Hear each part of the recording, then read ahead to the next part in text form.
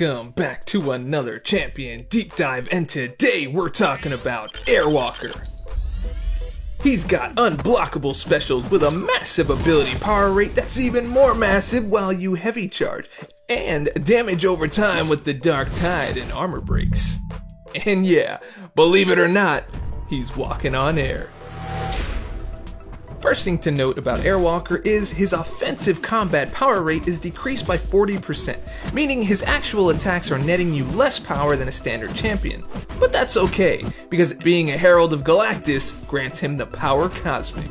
This is a persistent buff that can stack up to 3 times. For each stack, Airwalker gains 3.5% a bar of power every 1 second. You'll also gain increased armor rating and increased attack rating.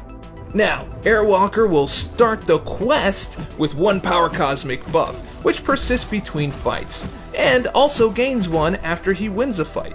If Airwalker has no Power Cosmic buffs or it's been nullified, he'll gain 1 in 7.5 seconds. Now, Airwalker is unique in that you cannot reach your special 3 unless you have 3 Power Cosmic buffs active, or if he's defending. So, this means you must complete at least 2 fights before this happens. But don't worry, you'll be glad that you did. But more on this later. The Dark Tide is coming. The Dark Tide is a debuff that can be stacked up to 10 times. It reduces block proficiency while blocking special attacks, and it lasts indefinitely. However, opponents can remove 1 Dark Tide debuff every time they fill a bar of power, or whenever the Power Cosmic is nullified. Also, when Airwalker is power drained, locked, or power burned, he inflicts 3 Dark Tide debuffs on the opponent. And if an armor break is applied to the opponent while Dark Tide is active, they'll take direct damage every 0.5 seconds. This damage is equal to 2% of the opponent's base attack per Dark Tide. Now notice, I said opponent instead of Airwalker. There's a reason for that. You see, once 10 Dark Tide debuffs are inflicted on the opponent, they're combined into a passive. On attack, once placed, it now becomes a crossfight ability that lasts through the rest of the fight, even if Airwalker is knocked out. So, another champion on the team can take over and take advantage. On defense, the Dark Tide inflicts the opponent in the current fight and the next 2 fights they participate in, giving other opponents in the path access to the Dark Tide against you. Now, this passive counts as 10 Dark Tide debuffs, so you gain the maximum damage over time effects from armor break debuffs inflicted on the opponent.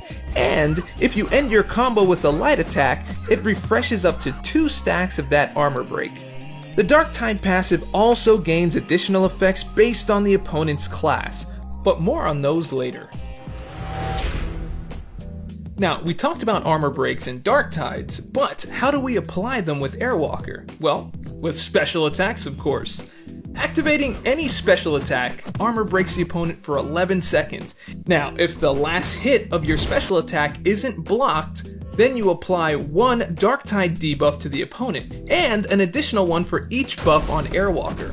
Further, if Airwalker is awakened, his signature ability applies a Dark Tide debuff on the opponent automatically over time, depending on your signature level. At max, it's 8 seconds, so this gives you another way to apply this debuff and get to the passive even faster. Alright, now for the special one. The last hit has a 50% chance to inflict a stun debuff for 2 seconds. That chance is increased by a flat 50% if Airwalker is unblockable. But how would you be unblockable? Oh, you just wait. Now, the special 2 deals an extra 40% of the damage dealt as burst damage if the opponent is under a Dark Tide passive. And this plays right into the Power Cosmic as you gain attack for each stack that you have.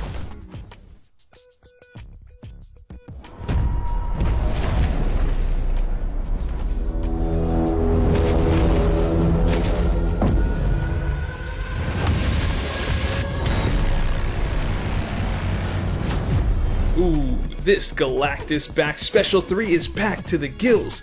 First, Airwalker replaces the Power Cosmic with the Power of Galactus for 20 seconds, granting increased attack, regen, 10.5% a bar of power every second, and a passive unstoppable effect. every attack has 100% chance to deal an additional burst of direct damage. The damage is equal to 5% of the damage dealt per Dark Tide on the opponent, which is a potential 50% of the damage you deal, but if you have a Dark Tide passive, you already got that. Now, after the power of Galactus expires, Airwalker's power is set to 0 when it ends, so use all the power you can while the buff is active, as it's a use it or lose it situation. Worry not though, your power cosmic buffs come right back into play. But is there a way to make these special attacks even more special? That's right, there is. Let's check it out. Now here's where everything gets more interesting. You see, while heavy attack charging, Airwalker's ability power rate is increased by 300%, and you can hold it down for an extended duration.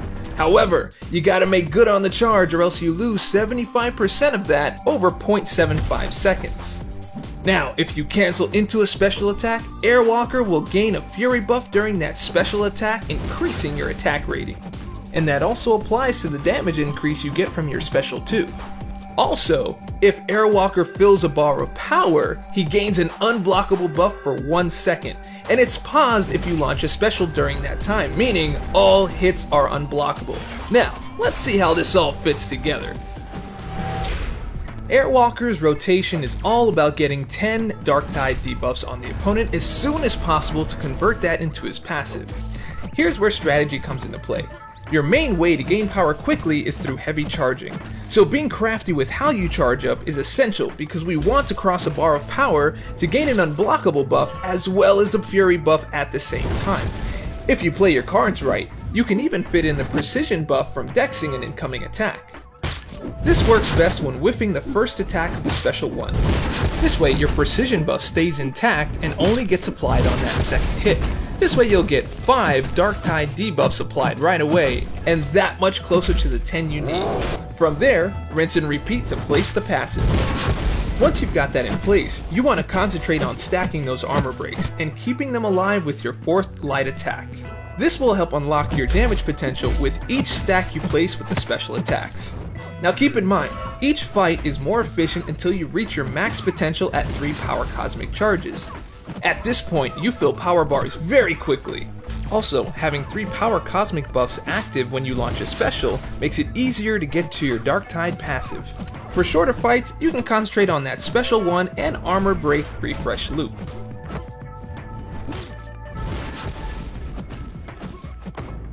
Longer fights though, you can pepper in your special 3 for that regen and onslaught of increased attack and power gain. Now, a little pro tip.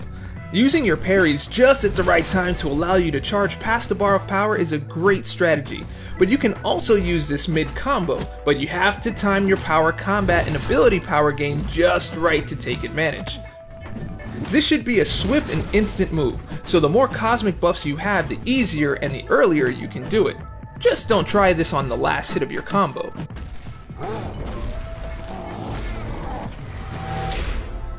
Circling back to how the Dark Tide passive affects each class, Tech Champions will find their duration and potency of Power Drain, Power Lock, and Power Burn effects reduced by 70%.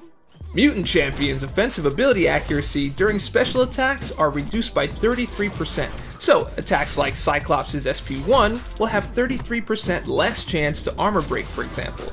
Skill Champions won't land a critical attack as often because their critical rating is reduced based on rank and rarity of Airwalker. Science Champions' non-damaging debuffs have a negative 25% ability accuracy, so abilities like Parry will have a negative 25% chance to stun, or less a chance to apply an exhaustion debuff, for example. Cosmics will find their buff potency reduced by 50%. That's including things like Fury, Regen, Armor Up. They're going to be half as effective. Now that all being said, Mystic Champions resist the Dark Tide, so they're exempt from any effects. Taking Airwalker into time challenges like Bane, Brute Force, or any of the aggression nodes where landing an attack at the right time is imperative, unblockable specials, and especially the guaranteed stun off the special one can give you some clutch openings when you need it the most. If you've already placed a Dark Tide on the opponent but lose the fight, your other champs on the team can take advantage, especially with champs who can armor break. buffed up nodes where you're required to have a certain amount of buffs will have Airwalker breezing right on through. Power reserve nodes, whether you're attacker or defender, leave you with reserve power in your power bar. On top of easy power gain from heavy charging, you'll be throwing specials all day. This track requires 3 or more debuffs on the opponent, and having either Darktide debuffs active or the multiple armor breaks with the stun offer plenty of debuffs to be had. Did someone say flow? Now, if you have any theories of where he might shine, go ahead and pop that in the comments section below. Now, let's move on to synergies. Now, first up, we've got Heralds of Galactus that give Airwalker an indefinite precision buff for the initial fight and the next 2 he participates in. This buff will help you build up Darktide debuffs that much faster with an extra buff in the mix. Nova Corps Veterans gives Airwalker a 30% chance to place an additional Darktide debuff on the opponent when one is placed. And Nova refreshes Fury buffs at 75 Nova charges, even if he's at maximum stacks. This gives you the chance to build up even more damage. The High Ground with Green Goblin, Phoenix, or Ebony Maw increase Airwalker's ability power rate while heavy charging by an additional 150%, but reduced by 50% for each persistent power cosmic Airwalker has. So this helps give you a jump start into power gain until you can reach it on your own. Green Goblin now has double the chance to power drain on laser hits from his special 1. Phoenix heavy attacks also refresh her armor break debuffs while overloaded. And Ebony Maw gains a flat 70% attack bump when the opponent is suffering from Falter or Black Tongue. Now, let's check out some masteries that help Airwalker blow past the competition. Despair is going to be great for Airwalker to be able to mitigate opponent healing abilities due to how many debuffs he can place with Darktides early on and with the armor breaks. Many times you'll be able to just stop healing altogether. Also, the Recovery Mastery will add an extra 15% to his healing after using the Special 3. Thank you for watching this Champion Deep Dive for Airwalker. Are you ready? Let us know your thoughts down in the comments below, and if you liked the video, and I hope that you did, go ahead and click subscribe, click like, leave a comment, share it with your friends, share it with your mamas. All that stuff is absolutely fantastic, and remember, stay dorky, and I'll catch you on the flip. Oh, Potamus.